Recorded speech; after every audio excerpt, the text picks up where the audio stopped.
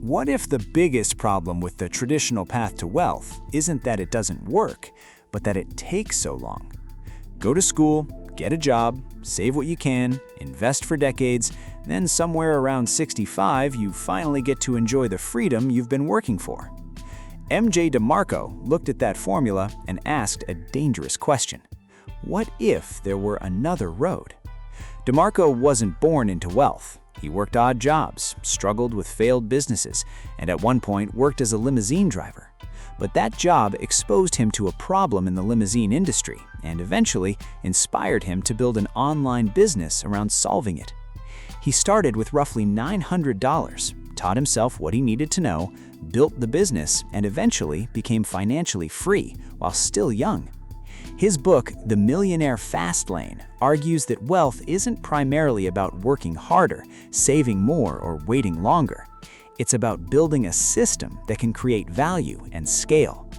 So let's break down the 3 roads to wealth, the formula behind the fast lane, and the 5 rules that determine whether a business can actually take you there. Chapter 1. The 3 roads to wealth. DeMarco says there are 3 financial roads most people travel. The first is the sidewalk. This is financial life without a real plan. You earn money, spend it, borrow more when you need it, and repeat the cycle. The sidewalker thinks about what they can afford today, not what their decisions will create 5 or 10 years from now. Then comes the slow lane. This is the traditional financial path. Get a good education, find a stable job, live below your means, save and invest consistently, let compound interest work for decades. DeMarco doesn't argue that saving and investing are useless. His criticism is the time equation. If most of your wealth depends on your salary, savings rate, investment returns, and decades of compounding, your biggest variable isn't entirely under your control: time. You can lose a job, your income can stagnate, markets can change, and most importantly, you can't get your 20s, 30s, or 40s back. Then there's the fast lane. Instead of primarily trading your time for money, you build a business system capable of generating income and becoming a valuable asset. That's the fundamental shift. Don't just work for money, build something that can work beyond your individual hours. Chapter 2. The fast lane wealth equation. This is where DeMarco's argument becomes mathematical. His fast lane wealth equation is wealth equals net profit plus asset value. And net profit comes from units sold times unit profit. Think about what that means.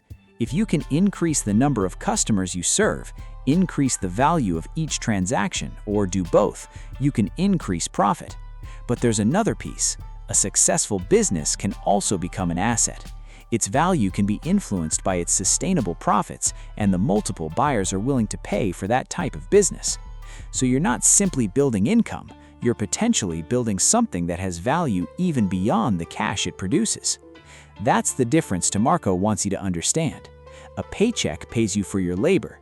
A business can potentially pay you through both profit and ownership. And that's why he emphasizes systems and leverage. The goal isn't to work 100 hours a week forever. The goal is to build something that eventually doesn't require your personal labor for every dollar it generates. Chapter 3. The 5 Commandments. Now we reach the heart of the book. DeMarco gives 5 commandments for evaluating whether a business has genuine fast lane potential. Think of them as a filter. If your business fails these tests, you should seriously question whether you've built a wealth vehicle or simply created another job for yourself. 1. Need. First, does the business solve a real problem? DeMarco argues that entrepreneurs shouldn't obsess over what they're passionate about selling. The market doesn't pay you because you're passionate. It pays you because you solve a problem or provide something people value. So instead of asking, "What do I want to sell?" ask, "What problem can I solve better?" That's a much more powerful question. 2. Entry. Next, how easy is it for everyone else to enter? If anyone can copy your business in 5 minutes, you may have a serious problem. Low barriers to entry often mean intense competition and shrinking margins. DeMarco's point isn't that every business needs enormous amounts of capital. It's that you need some kind of advantage, Skills, technology, knowledge, brand, capital, relationships, or another barrier that makes your position harder to copy. 3. Control. Third, who controls your business? If another company controls your customers, your pricing, your product, or your entire distribution channel, your business may be more fragile than you think. DeMarco wants entrepreneurs to own and control their business systems as much as possible. Because if someone else can change the rules overnight, your wealth isn't completely in your hands. 4. Scale. Fourth, how many people can you serve? This is huge. A business that can serve only a small number of customers has a natural ceiling. But imagine a software product, digital platform, book, online service, or distribution system that can reach thousands or millions of people. That's leverage. DeMarco connects this idea to what he calls the law of affection. Wealth creation is connected to the amount of value you create and the number of people you impact.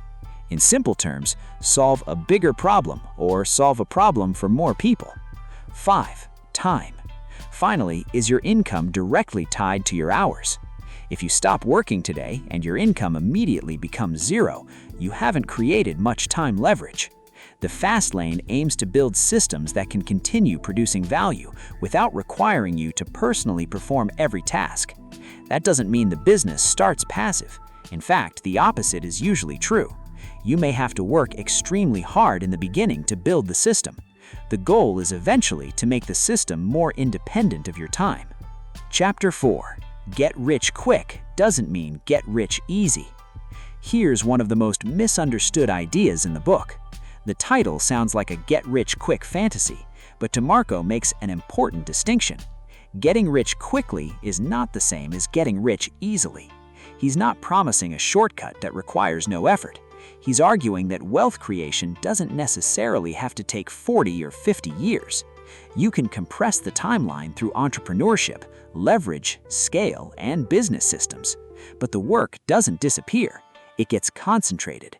You might spend several intense years learning, failing, building, testing, improving, and solving problems. So the fast lane isn't work less and get rich. It's closer to build intensely now so your future isn't completely dependent on your time. That's a very different message. Chapter 5. Ideas don't make you rich. Another major lesson is that ideas are cheap. Execution is valuable. You can have the greatest business idea in the world, but if you never build it, test it, market it, and improve it, it has almost no financial value. DeMarco emphasizes the difference between an event and a process. People want the event, the viral product, the million-dollar exit, the breakthrough moment. But successful businesses are usually built through the process. Build, launch, fail, listen, improve, repeat. The business gets better because you get better. And this is where many aspiring entrepreneurs get stuck. They're waiting for the perfect idea, the perfect time, the perfect business plan, the perfect amount of money. Meanwhile, someone with a less impressive idea is already testing it in the real world.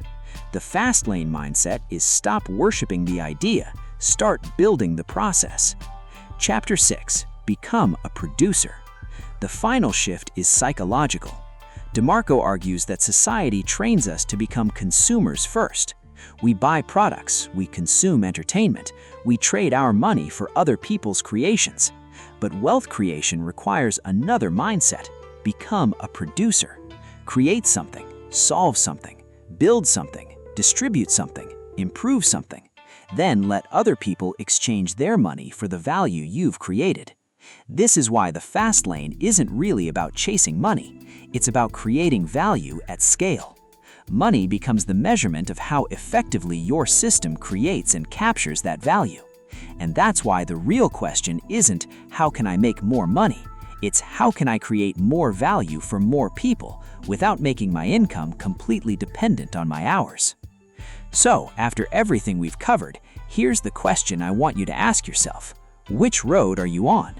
The sidewalk, where money comes in and disappears without a long-term plan? The Slowlane, where you trade decades of your life for the promise of financial freedom later?